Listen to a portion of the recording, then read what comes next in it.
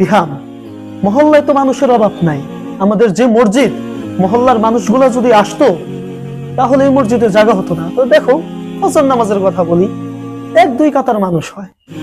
রমজান মাসে মানুষে কি এই ফজিলত বুঝে না?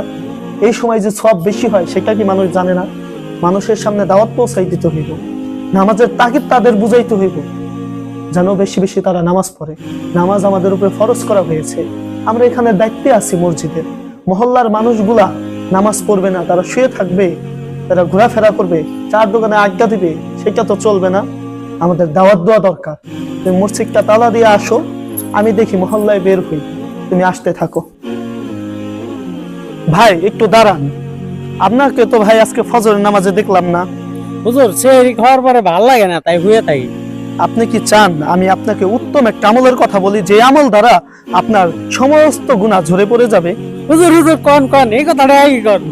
আচ্ছা ভাই, তাহলে আমাদের ওই গাছের কাছে যেতে হবে, চলেন আসেন যাই। ভাই আসেন। ভাই আমি যে কাজটা করব এটা আপনি মনোযোগ দিয়ে দেখবেন। আচ্ছা ঠিক আছে ভাই, আপনি শুরু করেন। এই গাছটা দেখতে পাচ্ছেন? হ্যাঁ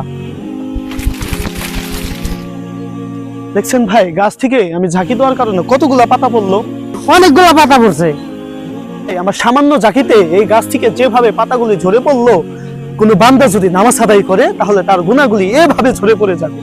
সুবহানাল্লাহ, তাহলে তো আমাদের হুজুর বেশি বেশি নামাজ পড়া দরকার, আল্লাহর ইবাদত বেশি বেশি পালন করব আমরা। আচ্ছা তাহলে ভাই, এই রোজার মাসে মানুষে নামাজ পড়তেছে না, মসজিদে আসতেছে না, রোজা রাখতেছে কিন্তু নামাজ পড়তেছে না। চলেন মহল্লায় যাই আর আমরা নামাজের দাওয়াত দিই। আসেন নামাজের দাওয়াত দেব আমরা সবাই রে।